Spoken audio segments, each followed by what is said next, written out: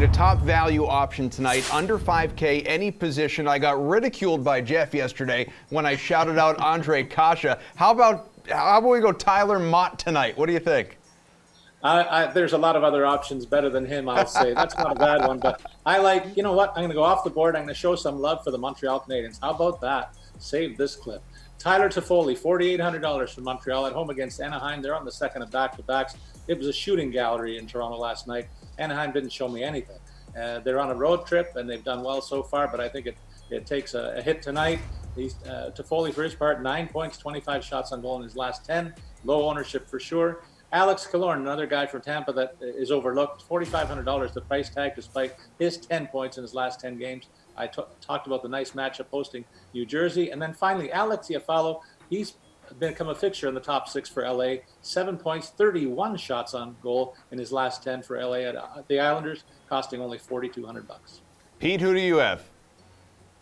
I have Andre Palat. He's a tad under 5,000 at 4,700. He's expected to return for the Tampa Bay Lightning in a very favorable matchup that we haven't mentioned enough in this segment.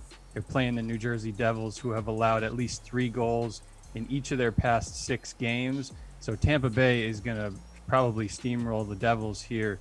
Even if it's a high-scoring game, I wouldn't be surprised if the Devils stayed competitive offensively, but would be very shocked if the Lightning didn't win this game. And if Palat didn't get onto the score sheet. Even with Kucherov on COVID protocol, he's still playing with Braden Point, one of the best centers in the league, all things considered. So I'm rolling out Palat sub 5,000. I think that qualifies as a value pick. AJ, your turn.